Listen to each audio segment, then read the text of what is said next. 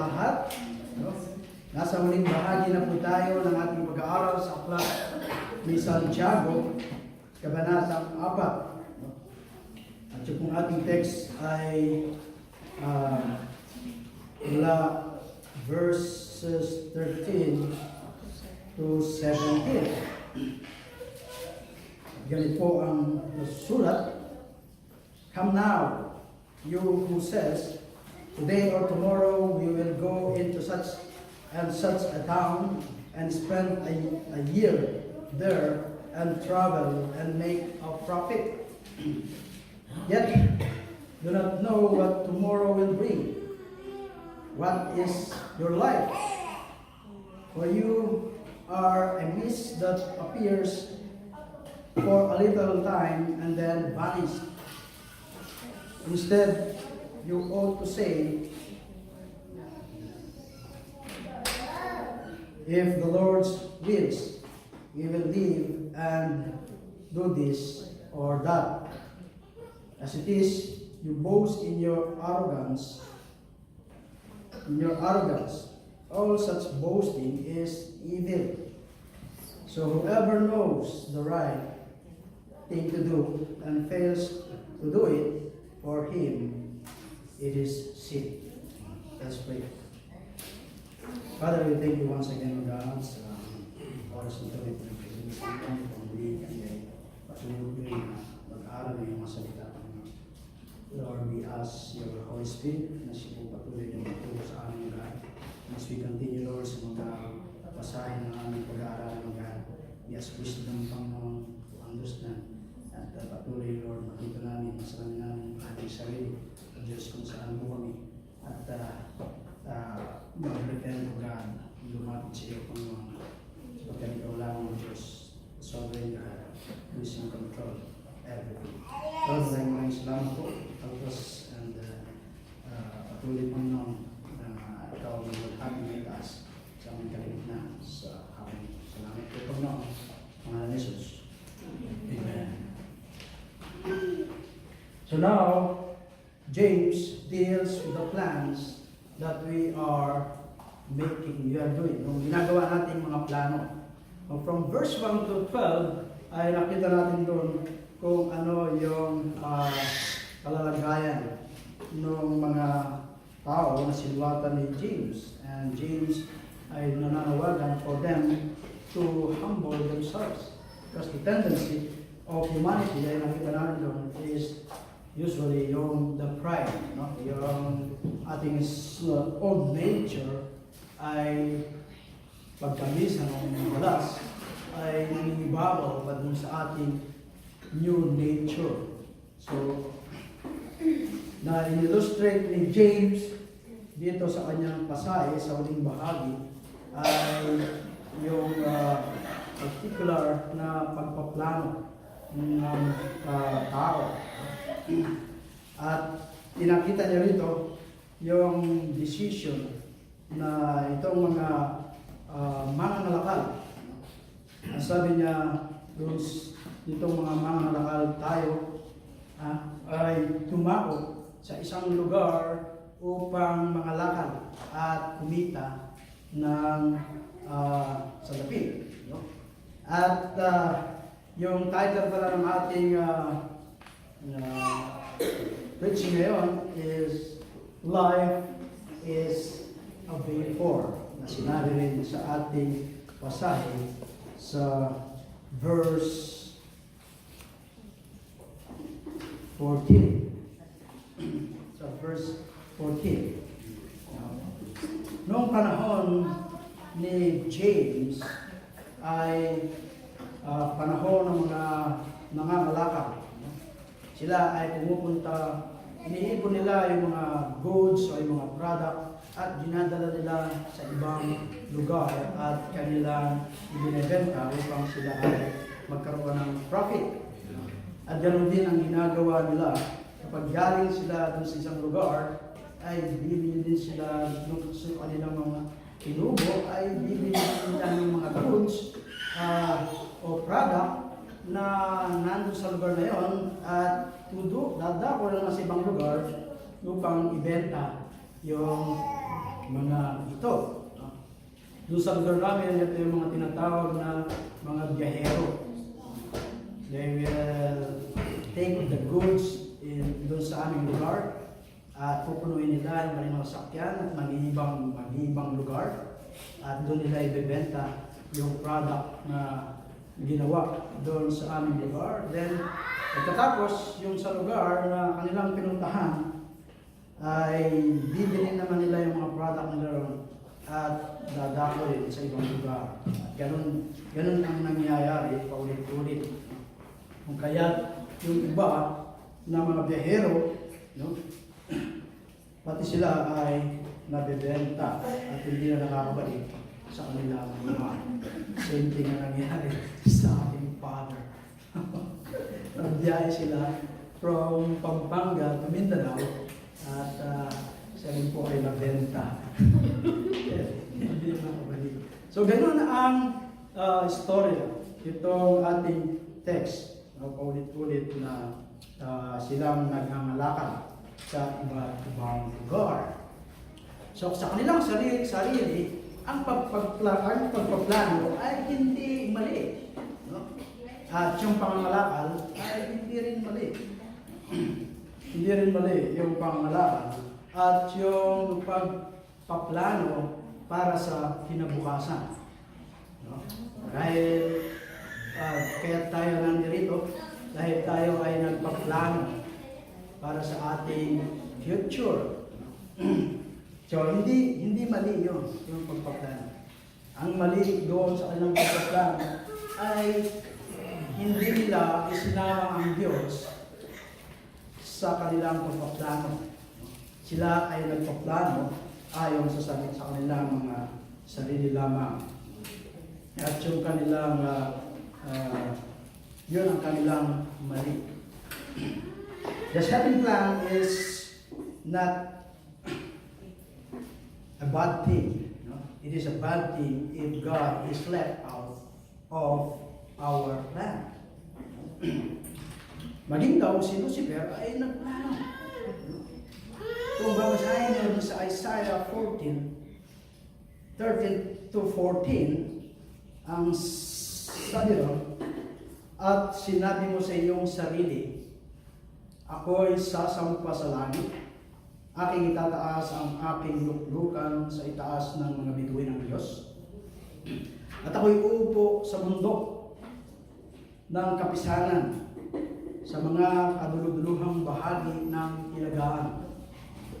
Ako'y sasampa sa itaas ng mga kaitaasan ng mga alapaap, ako'y magiging kagaya ng kataas-taasan. It is okay to make plan, just make sure you don't leave God out of the planning process. Huwag mong ihiwalay ang Diyos doon sa iyong pagpaplano. Maalala ko si Kuya Frank. Si Kuya Frank, alam natin, meron siya mga plano sapagkat yung age niya ay nasa retirement age na.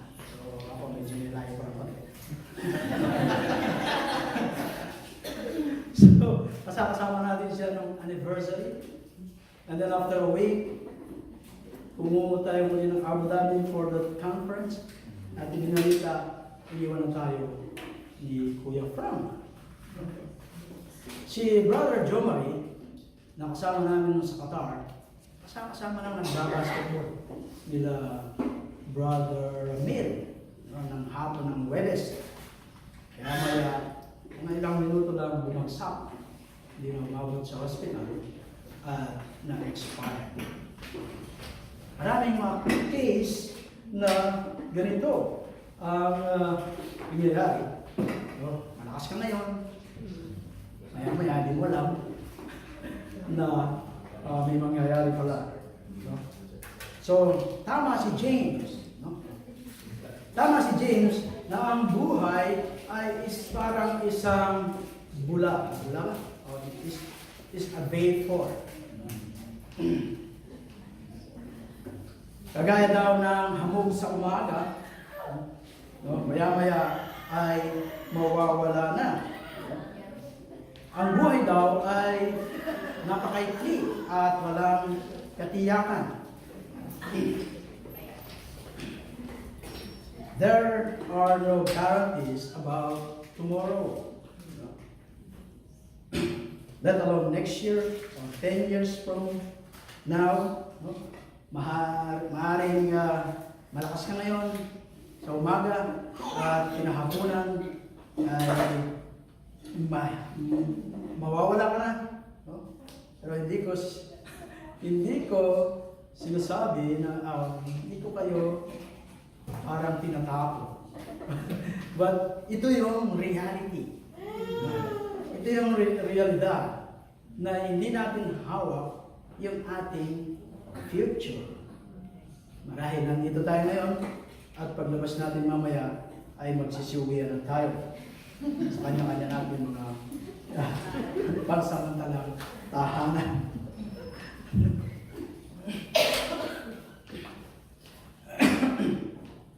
So, ang nais ko lamang na sa atin ay lagi natin isipin na yung buhay ay parang isang bula lamang. No?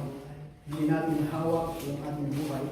No? At if we ignore yung mga bagay na ito, we will not live our life properly in light of eternity. So ang nais na ni James na makita natin, na malaman natin, no? Dahil yung buhay ay isang parang bula lamang, or life is a vapor, we should humble ourselves before God and obey His will. Because life is a vapor, we should humble ourselves before God and obey His will. So James is beginning a new section, but the connection theme nitong ating pinag-aaralan sa chapter 4 patungo sa chapter 5 is humility. Yung true faith daw judges pride by humbling ourselves before God. Doon sa chapter 4, verse 1 to 11, James hit the need for humility to resolve conflicts and have a harmonious relationship. Yun yung tinutumbok ni James doon sa verses 1 to 12 na mabuhay na may kapakumbabaan para ma-resolve yung mga conflict at mabuhay ng harmonious relationship sa bawat isa. So ngayon ay dumako siya sa subject ng humility with regards to our future. Humility with regards to our future. He is confronting an arrogant spirit that he observes among the churches. Kinumprontan niya yung may mga arrogant spirit na kanyang napansin among the churches. So, although these people profess to know Christ, sila daw ay namumuhay with an attitude of a worldly attitude. Kahit sila ay sinasabi nila na sila ay Christian or sila ay kilala nila sa Christ, no? But their attitude ay makikita natin na yung attitude na is same doon sa world. No? Walang kaibahan. It's same. No different. At ito yung sinasabi sa 1 John 2:15, yung the boastful pride of life. Sila ay gumagawa ng mga plano without taking into account their own mortality and God's sovereignty. Hindi nila tinetake into account na yung kanilang mortality and God's sovereignty. Kagaya nung ating text kanina, na scripture reading kanina, yung isang prosperous man dun sa parable, no? Na sinabi niya sa kanyang sarili, gigibahin ko yung aking mga kamali dahil mas marami yung harvest na kanyang makukuha at hindi man nagkakasya dun sa kanyang mga dating kamali o yung imbakan.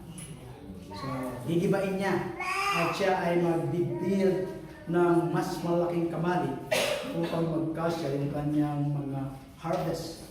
At sasabihin niya sa kanyang sarili, dahil marami ka ng mga goods, so ang gagawin mo ay uminom, kumain, at magpaksaya. At ano yung sabi ng Panginoon? Ikaw nahangal. No? This very night, your soul is required of you. So, sino ngayon ang magmamay-ari ng mga in-repair mo? So, si James ay merong 4 na puntos dito sa ating text na pinag-aaralan. Yung una, life is a vapor. Ang ibig sabihin that life is prayer. Ang buhay ay mahina. Sabi dun sa verses 13 to 14, come now, you who says today or tomorrow we will go to such and such a city and spend a year there and engage in business and have a profit.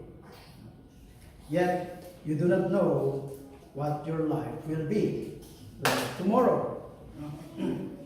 Kung isasalin natin sa ibang salin itong ating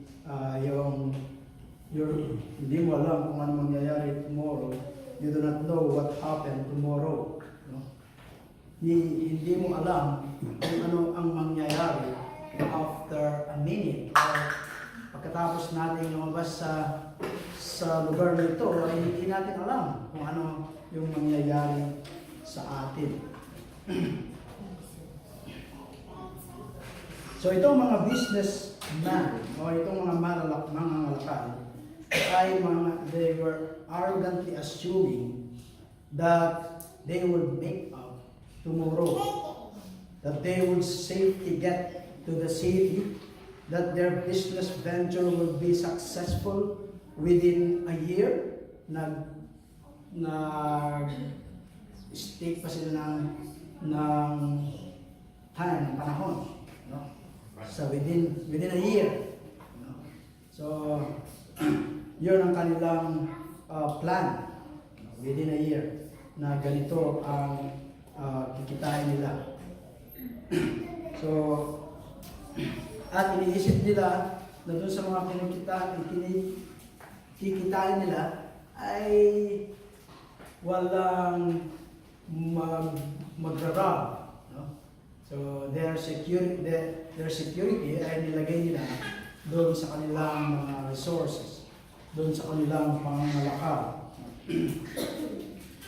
They were presuming all of these things about an unknown future that they had no control and no guarantees about. Nilagay nila yung kanilang future dun sa mga bagay na hindi nila kontrolado at walang garantiya. So gaya ng sinabi ko, no? Yung pinakamalakas na tao ngayon, no? It could be easily that in the morning malakas siya, but it could be easily that in the night. Marami tayong na balitaan o na witness na ganito. Yung isang Pilipino, pumipila lang sa embassy para kumuha ng OEC sa kanyang pagbabakasyon, then suddenly bumagsak at expired. So hindi natin alam yung our our future. You know, isang pastor na umattend sa isang funeral noong 11 taong gulang na babae, ang sabi ng kanyang ina, lumapit yung kanyang anak, sabi niya, masakit yung kanyang ulo. At ang sabi ng ina, okay, you go and lie down. At ganoon ang ginawa niya, at siya ay namatay sa sakit na aneurysm. Iba rin yung sakit na aneurysm. So, ganun yung buhay. No? Ganun yung reality ng buhay. Bakit sinasabi ito ni James sa atin? Dahil kayo ay magpo-protest kung bakit ko sinasabi ito. No? Ba't ganito naman ang tinuturo ni Pastor? No? But ito ang reality ng buhay. No? Kung ito ay hindi natin binigyan ng pansin, tayo ay hindi mamumuhay ng naayon sa nais ng Panginoon sa atin. Sasabihin natin, oh, wala pa naman ako ngayon. Maraming pa akong matang sa buhay. Sa ibang mga araw na lang. No? Pinagpapaliban natin yung mga bagay na dapat na sana ay ginagawa na natin sa kasalukuyan. Kung tayo ay sa ating mga Bible study, no, may mga katanungan na kung tayo ay huling araw na natin sa mundo ito, ano yung ating gagawin sa ating natitirang buhay? Kayo na po ang sumagot sa inyong mga sarili. But if you don't ever think about them, you will not live in proper dependence sa Panginoon. Kung hindi natin iniisip yung mga ganung bagay, you will probably make plans and go on about life as if you will be forever young and healthy. Para bang sinasabi mo na hindi ka lulubugan ng araw. Diba, alam nila yung ibig sabihin ng hindi lulubugan ng araw. So James says in verse 16 that all such boasting is evil. Yung daw mga ganong pagmamalaki ay kasalanan. So first, life is free. And then life is short. Ang buhay ay napakaikli lang. Nakikita mo ngayon, then maya-maya ay wala na. Doon sa Psalm 90, Moses lament the brevity or the shortness of life. Ay kinumpara niya ito sa mga damo of the field that is sprout in the morning, and by evening it has faded under the hot sun. Sinulat niya doon sa Psalm 90 verse 10, as for the day of our lives, they contain 70 years, or kung ikaw ay malakas, no, maaaring aabot ng 80 years, no? Yet their pride is but labor and sorrow. As soon as it's gone, and we fly away. So even if you live to be 100, how quickly life flies by. Ang bilis ng panahon ngayon. Kahapon na ay Biyernes lang, ngayon ay Biyernes naman. Ganon kabilis yung panahon. Gayon. Kaya sabi nga, ang dali natin tumanda. Kaya sa edad lang naman tumatanda.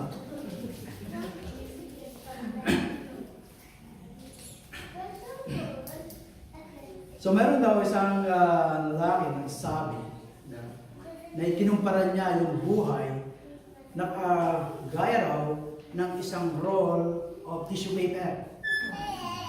Roll of tissue paper. The closer you get to the end, the quicker it goes. Hindi ba naman sila? The closer you get to the end, ay napakadaling maubos kasi lumilit yung ikot eh. No, ganun niya ikinumpara. No. Maaari daw na wala kayong care sa mga ganitong analogy, but ito ay katotohanan. No? It is true. Kung kaya si Moses ay doon sa verse 12 ng chapter 19 ng Psalms, sabi niya, no, sa kanyang panalangin, so teach us to number our days, that we may present to you a heart of wisdom. So, ako ngayon ay nasa 52 anyos na. So, meron pa akong 6,570 days. 490 weeks. No? At 216 months. 18 taon lang. No? Napakabilis. No? Kailan lang tayo rito, umabot na tayo ng ganong taon. Ganon abilis ang panahon. At ganon din man, abilis yung kahit sick yung buhay. Life is short. We are here for a little while and then we are gone. The best made plan cannot prevent death. Gaano man daw ka-best yung ating mga plano ay hindi kayang pigilan yung kamatayan. If the Lord doesn't soon come, we will all go by of the grave. Kapag hindi pa daw dumating yung Panginoon, tayong lahat ay tutungo lang doon sa bibina, doon sa grave. Whatever our plans includes, we must ensure we are ready to meet the Lord. Ano man daw yung ating mga plano, pinaplano, itiyakin natin that we meet the Lord when our time to leave this world. Sa panahon na iiwanan natin yung mundo nito, no? And siguraduhin daw natin that we meet the Lord. Knowing Christ in salvation is the utmost importance eternity awaits. Only God can give us the wisdom we need to spend those days profitably in light of eternity. Only God can give us the wisdom. So life is frail, life is short, then death is certain. That is certain. So yun daw statistic, sabi ni George Bernard, 1 out of 1 people died. 1 of that. No. You would think that because death is not just probable but absolutely certain, and that it can happen at any minute. Ito daw yung mangyayari any moment. So, and that each person must stand before God for judgment.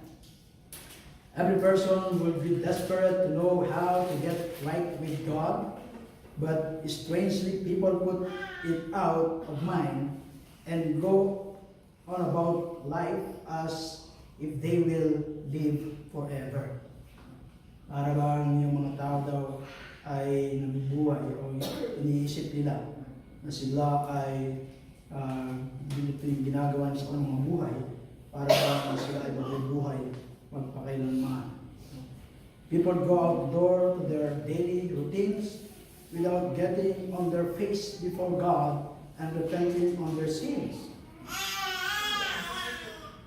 So minsan tayo ay nangyayari sa ating mga ganito. Kung tayo ay nagmamadali sa umaga, minsan ay hindi man tayo nakapagpapaalam sa ating mga mahal sa buhay kasi tulog pa sila, alis na tayo ng maaga. But then sometimes hindi man tayo nakakapagpanalangin. No? Pag gising natin, busy ka na, mag-prepare dahil papasok ka, dahil gising ka ng late, natulog ka ng late, nagmamadali ka na, umalis ka na lang. No? Hindi man tayo nakipag-commune sa Panginoon at hindi natin alam kung ano yung mangyayari on the way. Jesus taught us how to think when we hear about such disaster. Ito ay mababasa natin sa Luke 13, verse 2 to 5. No? Some people reported to him about some Gentiles whom Pilate had slaughtered. At doon sa Luke 13, 2 to 5, sabi ng ating Panginoon Kristo, do you suppose that these Galileans were greater sinners than all other Galileans because they suffer this fate? I tell you no, but unless you repent, you will all likewise perish. Or do you suppose that those 18 or whom the power in Siloam felled and killed them were worse culprit than all the men who lived in Jerusalem? Yung mga nadaganan? I tell you no. But unless you repent, you will all likewise. Bakit ko sinasabi yun? Pagkat hindi natin alam yung ating future, hindi natin hawak yung ating future, even mamaya hindi natin alam. So lagi yung ating pag-repent, no? Yung hingi ng patawad sa Panginoon. Because any moment, may mangyayari na hindi natin alam.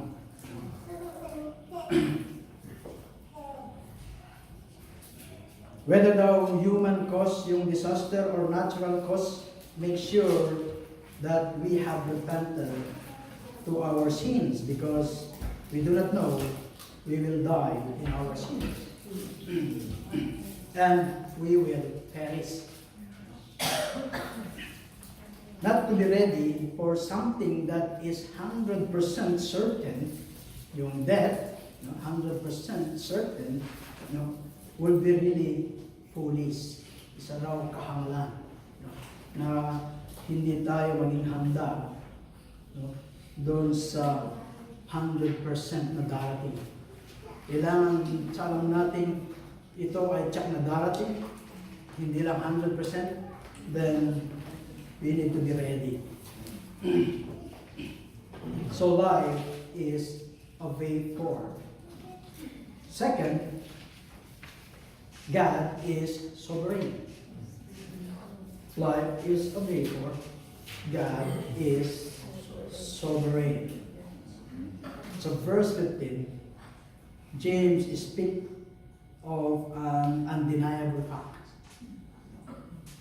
The Lord is in sovereign control of our lives. This means that God is sovereign. We are not sovereign. Sovereign means He controls. And God is in control. We are not in control. The problem is not that these businessmen were making plans for their future. O di kaya yung mga kapitalista na to ay mag-engage ng business at magkaroon ng profit. Even though yung planning is commended to us in the scripture. Kung babasahin mo dun sa Luke 14 to 28 to 32, ito yung kung mag-build ka ng tower, hindi ka ba uupo at magpaplano, kung may papatapos mo yung gagawin mo. At kapag hindi ka nagplano at itinayo mo yung tower at hindi siya natapos, then yung mga tao makakita nito, they will mock you. Nagplano siya, hindi naman pala niya tinapos. So you need to plan. For us, we plan the work, then we work the plan. At gano'n din, yung financial planning is good steward if it is done in dependence on God and with regards for biblical priorities. Yung financial planning. It is wise to have some savings to cover possible future expenses or the potential loss of job. Pinaraan ba natin yung mga ganito? Marahil ay oo. No? Kayo ay nagsisavings, kung meron tayong savings, for the future, kung mawawala mo ng trabaho at uwi ka ng Pinas, ay meron kang magagamit. So the Bible commends hard work and being rewarded financially for it. So the problem that James hit was they were planning as if they were sovereign and they were not bowing before the only sovereign God. Sila ay nagpaplano na as if na sila ang may control ng lahat ng bagay. They were arrogant, making plans for their future financial security, but their plans, they did not include God. Hindi nila isinama ang Panginoon dun sa kanilang pagpaplano. Their trust was not in God, but in their business venture and in all of their monies that they suppose they would make. No? Doon sa kanilang mga kikitain, doon nila inilagay yung kanilang trust, yung pagtitiwala. They were assuming that they were in control of their future and that everything would go according to their plans. Instead, they need to acknowledge, sabi dun sa verse 15, if the Lord's will, we will live and also do this or that.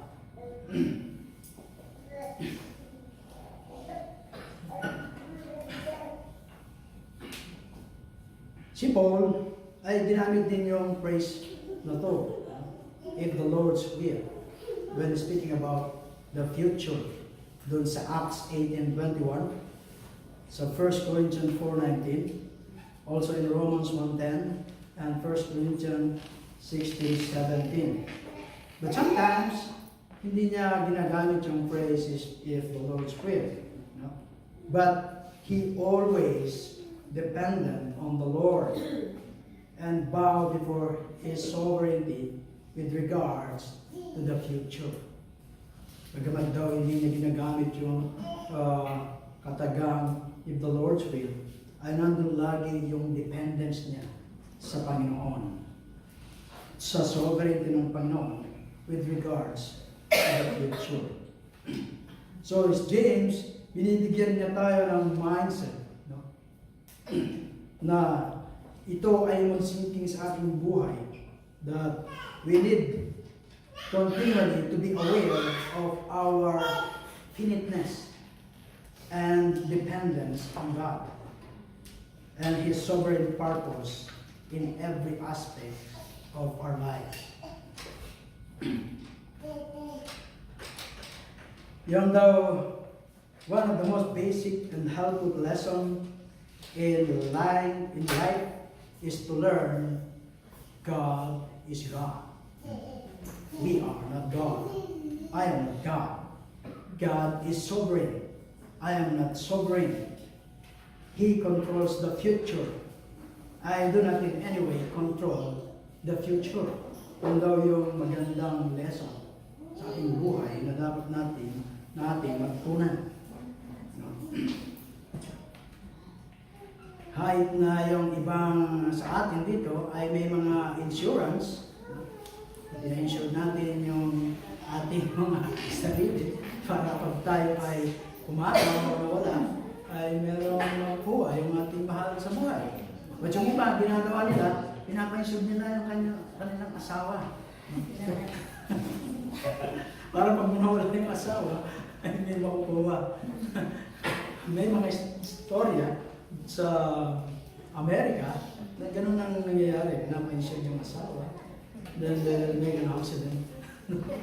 Hindi mo alam kung sila yung nagplano ng accident. But, at yung point dito, no such thing in this world as financial security. Even daw gaano kalaki your insurance ay hindi makakatumbas doon sa buhay, no? Na may cover yung lahat ng possible contingencies. Trusting in God is the only true source of security for the future. Trusting in God is the only true security for the future. James assumed that we should acknowledge God as the sovereign over our business, kung meron tayong business in life, no? Yung daw idea na the church is one sphere, but business is an altogether different sphere is not biblical. Jesus is Lord of all our life, from the boardroom to the bedroom. Jesus is the Lord of all our lives. Our business ethics should reflect that we are not in charge of our business. We are not in charge. Christ is in charge. We must conduct our business dealing in a manner that pleases and glorifies Christ. So James states that life is a vapor and that God is sovereign over every aspect of our lives. Our lives are literally in His hands. Jesus said, "For without me, you can do nothing."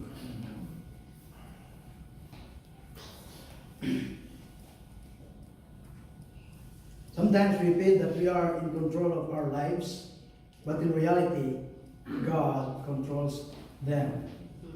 In fact, if we could learn to allow Him completely control our lives, would be much simpler and filled with joy.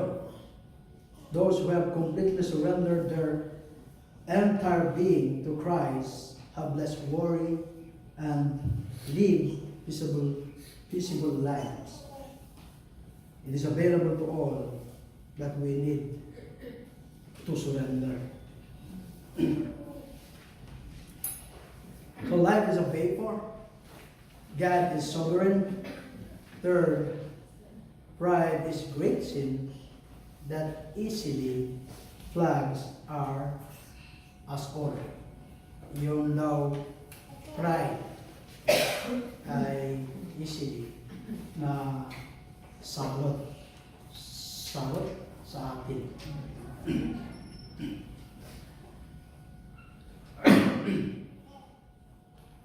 So sa verse 13, today or tomorrow we will go to such and such a city and spend a year there and engage in business and make a profit.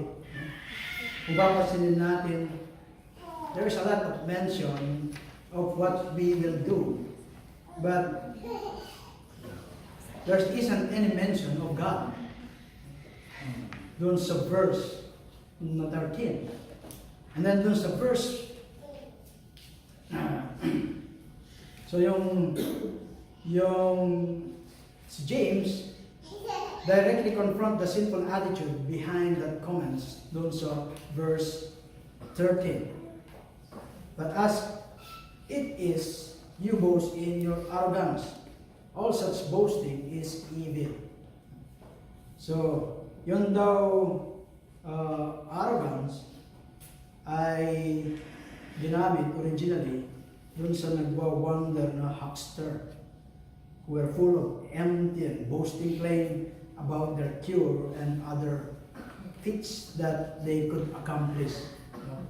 Yun, dun daw ginamit yung word na arrogance. So yung dun sa James, sa 1 John 2:15, ito yung sinasabi ni John, the boastful pride of life. It refers to the arrogant self-sufficiency of the world apart from God. So dun sa Daniel 4 verse 30, makikita natin dito si Nebuchadnezzar. Ang sabi ni Nebuchadnezzar, while walking on the roof of his royal palace, he said, "Is this not Babylon the great, which I myself have built as a royal residence by the might of my power, and for the glory of my majesty." At itinuloy doon sa 32 ng Daniel 4, while the word was in the king's mouth, a voice came from heaven saying, "King Nebuchadnezzar, to you it is declared, sovereignty has been removed from you, and you will be driven away from mankind, and your dwelling place will be with the beasts of the field. You will be given grass to eat like cattle, and 7 periods of time will pass over you until you recognize that the Most High is ruler over the realm of mankind and bestows it on whoever he wishes."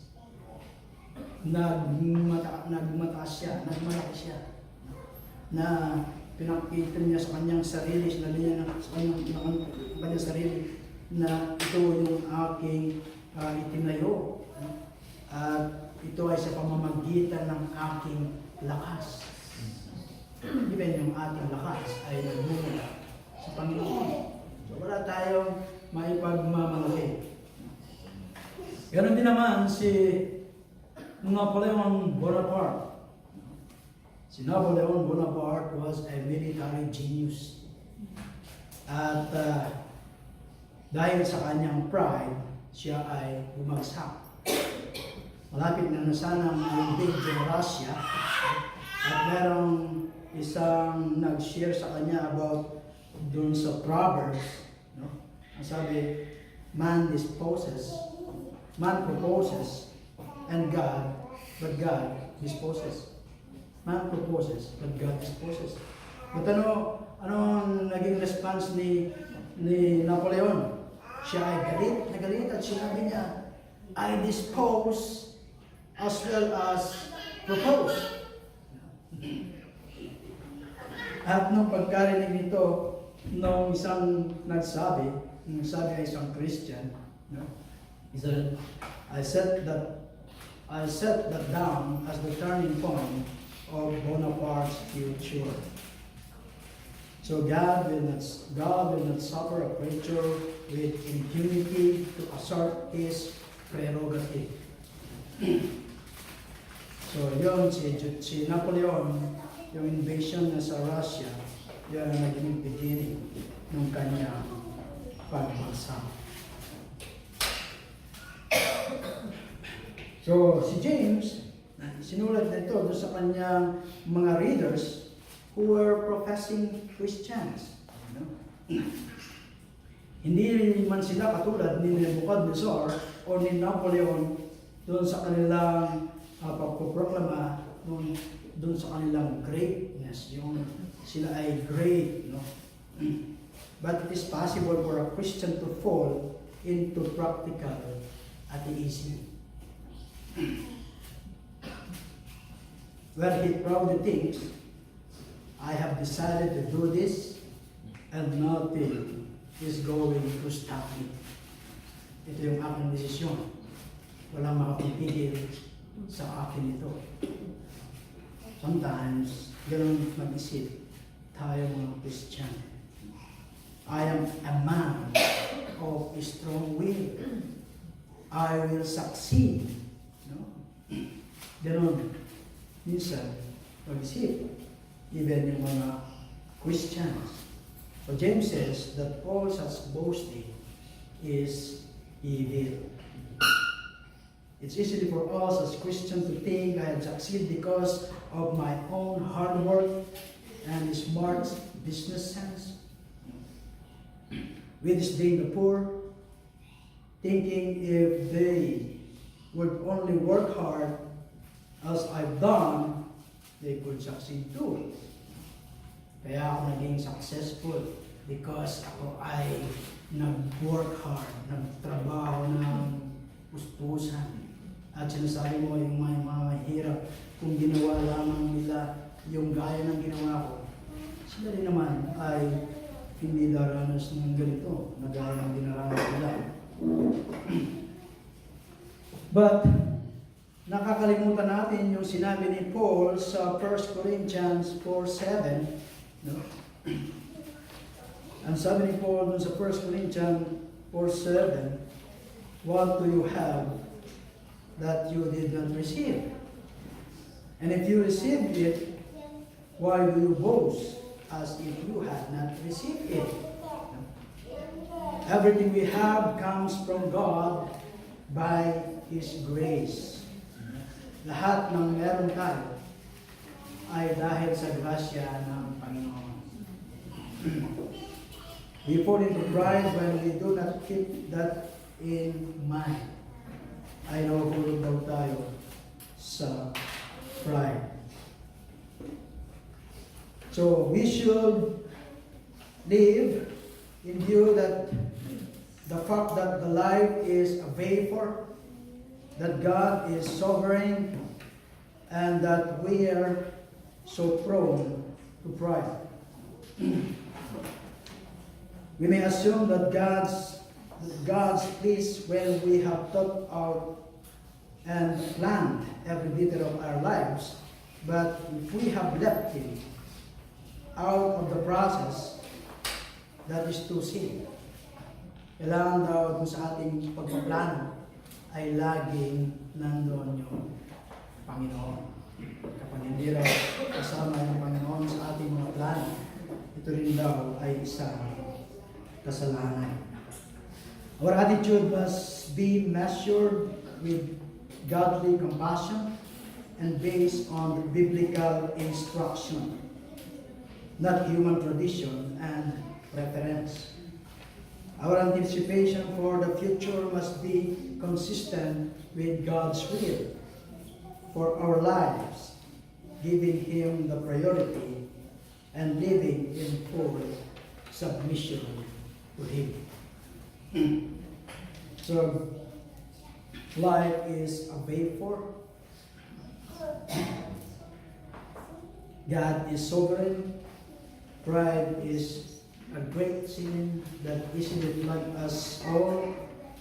At yung last point, humble obedience to God reveals will is our own same course. Kung titingnan natin sa isang tingin yung verse 17, so whoever knows the right thing to do and fails to do it, for him it is sin. Para bagang itong verse na to ay hindi siya kasama dun sa context. Parang hiwalay siya dun sa mga naunang mga verses. But James, he said up to this point, sabi doon, but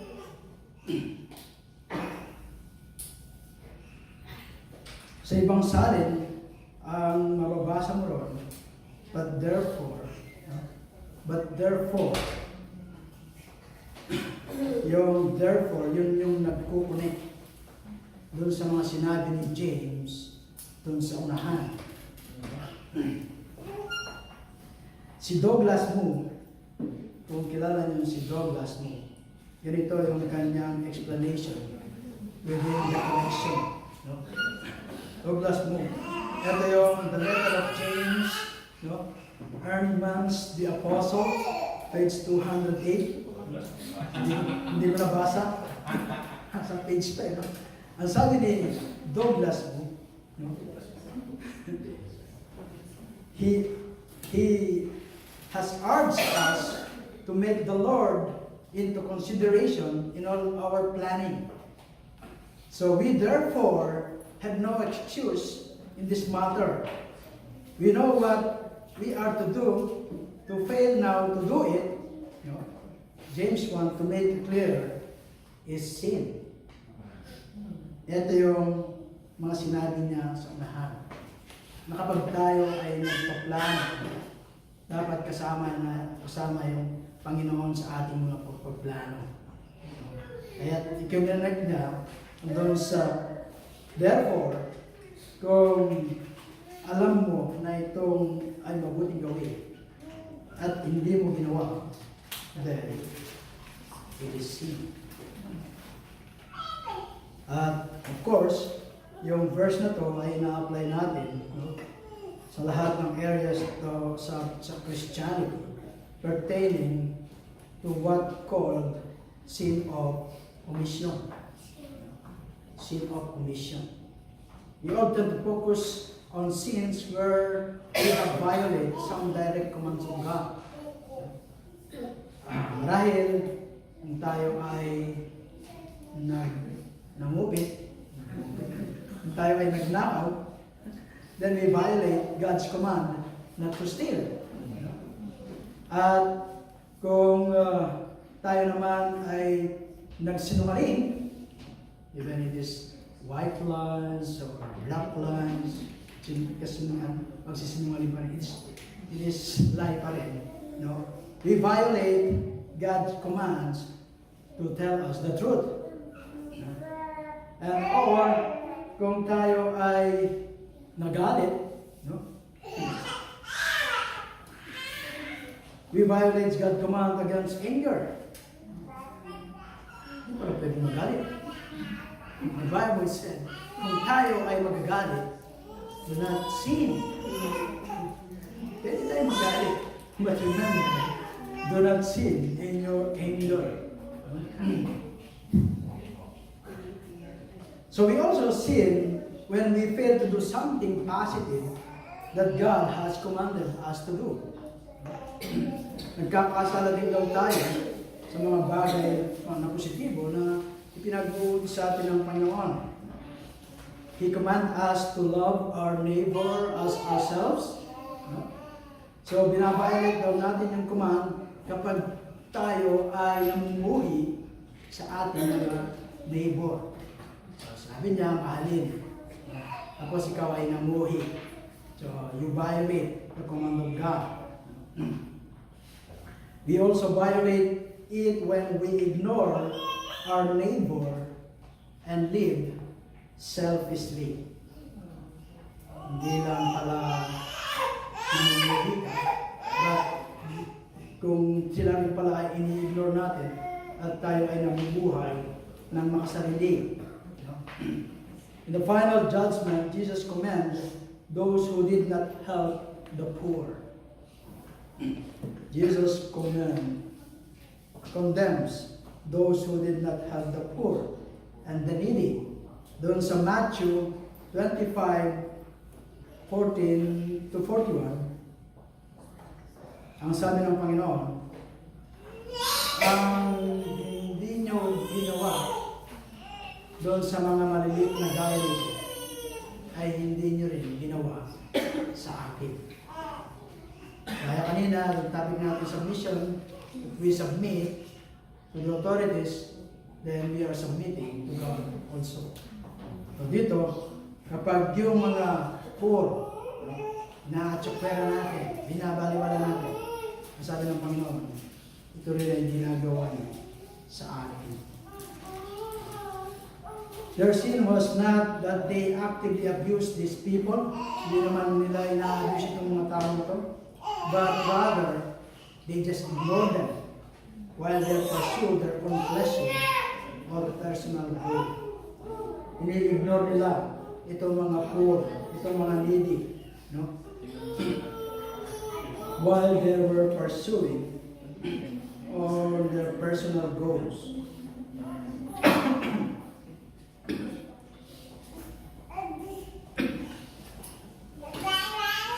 So marahil na hindi natin magagampanan ito sa buong maghapon. Dahil sasabihin natin, hindi enough yung time. Kulang yung panahon. Napaka-ikli na maghapon. No? Kulang ang oras at napakabilis. No? But, James, sa ibang mga nag-o-observe, na-observe daw nila sa mga churches that 20% of the people do about 80% of the work. Sa mga churches daw, yung 20% na mga attendees, kasi mga members, yung mga harang attendees, o mga members, no? 20% lang daw yung mga gumagawa ng 80% na trabaho. While daw yung mga 80% na mga tao is just sit around doing nothing. So, ano ba yung connection nito sa ating pinag-uusapan? No? If you are a Christian, it is not enough just to avoid sinning. Kung daw ikaw ay Kristiyano, hindi daw sapat na yung umiwas ka lang na gumawa ng pagkakasala. God has given you a spiritual gift and He calls you to serve Him in some capacity. To know this and to neglect to get involved in serving is sin. Kung ikaw ay Kristiyano, alam mo na tinawag ka ng Panginoon to serve Him at binigyan ka ng gift, kung ano man yung gift na pinagkaroon sa'yo, para magamit mo for His glory. Alam mo ito at neglect mo at hindi ka nag-involve in serving the Lord, then it is sin. Ministry is first a mindset and only secondary an activity. If you come to church just to sit and take in whatever seems to grab you, or to meet with your friends, you do not have a ministry mindset. Wala ka daw ministry mindset kapag ikaw ay umaattend lang ng church to meet the friends, or meron ka lang nais na para sa iyong sarili. You are just using the church to meet your needs with no regards of how God wants to use you. You're a religious consumer only, but you're not doing what God calls every believers to do. Hindi mo raw ginagawa yung pagkatawag ng Panginoon ko sa bilang isang host, bilang isang mananampalataya. A ministry mindset means that every day you pray, ang sabi mo sa iyong panalangin, Lord, here I am. Gaya ni Isaiah. Ready to do your will. Ito lang yung dapat mo nating panalangin. No? Lord, here I am. Ready to do your will. Bigyan mo ako ng mata na makita yung mga tao na gaya ng ating Panginoong Kristo kung paano niya tinitingnan yung mga tao. Give me eyes to see people as Jesus see them. Ito raw yung panalangin natin. Like a sheep without a shepherd. Give me a heart of compassion as Jesus has, to love those who are distressed and downcast. Use me today as a worker in your harvest. Ganito ba yung ating mga panalangin? For your sovereign purposes. So yung daw ating pagsaserve sa Panginoon, it begins at home. Ito ay nag-uumpisa sa ating tahanan. Now concerning our anticipation for the future, do we always seek God's will for our lives as we plan our future? Do we submit to His leading, even if His guidance is contrary to our wants and desire? Are we willing to follow the Lord and serve at His leisure, doing what He asks, where He leads, for as long as He desires? Ito raw ay isang challenging portion sa Scripture. At tayo raw ay makaka-relate dito. We all have attitude that are not pleasing to the Lord. We all have been guilty of making plans, and even living our lives at times without seeking or doing the will of God.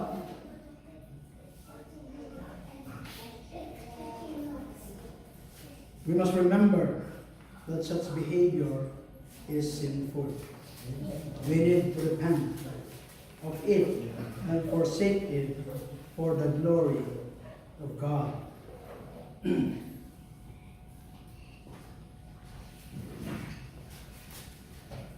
Ngayon, alam na natin kung ano yung buhay. Life is painful. Yung buhay ay mahina, maikli, at yung kamatayan ay certain.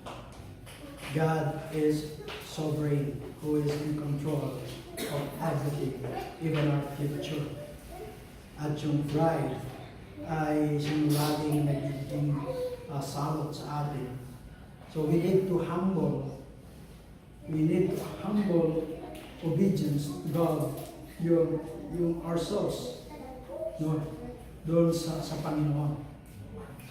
Lahat ng ating mga pinaplano, lahat ng ating mga ginagawa sa ating future, we need to involve the Lord, kasama ang Panginoon.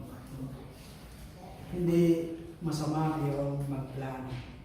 Tayong lahat ay nagpaplano. Ang hindi lang maganda kapag yung sa ating pagpaplano ay hindi natin sinasama ang Panginoon. Always remember, sabi nga, na yung ating matututunan, that God is God, that God is sovereign, that God is in control of everything, even our future, even our life is in the hands of God. So we need to humble ourselves sa Panginoon at patuloy na mag-glorify siya sa ating mga buhay, as long as we live in this world. Hindi natin masasabi na malakas pa tayo ngayon. At para bang mahabang panahon pa yung ating mga bubugulin. Napakabilis na panahon. Kailan lang ay nagpaplano tayo para sa anniversary. Ito ay sa Biyernes na. Ang bilis lang. At we need to give to the Lord yung ating mga plans ay lahat ay ibigay natin sa Panginoon. So, maraming salamat sa Panginoon sa kanyang muling reminder sa atin that everything is in His control. Tayo ay tumayo at manalangin.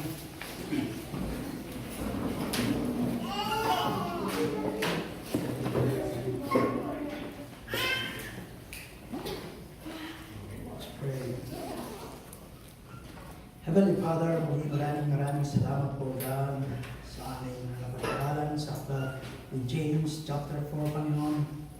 Lord, mula pa sa verse 1 hanggang sa verse 17, Panginoon. Lord, nasalamin po namin yung aming sarili, O God. Lord, ano po yung mga pagkukulang namin, O God, yung failures namin, O God. We ask forgiveness, Panginoon. We pray, O God, na patuloy mo po kami pangunahan sa pamunin ng Espiritu, empower us, Panginoon, upang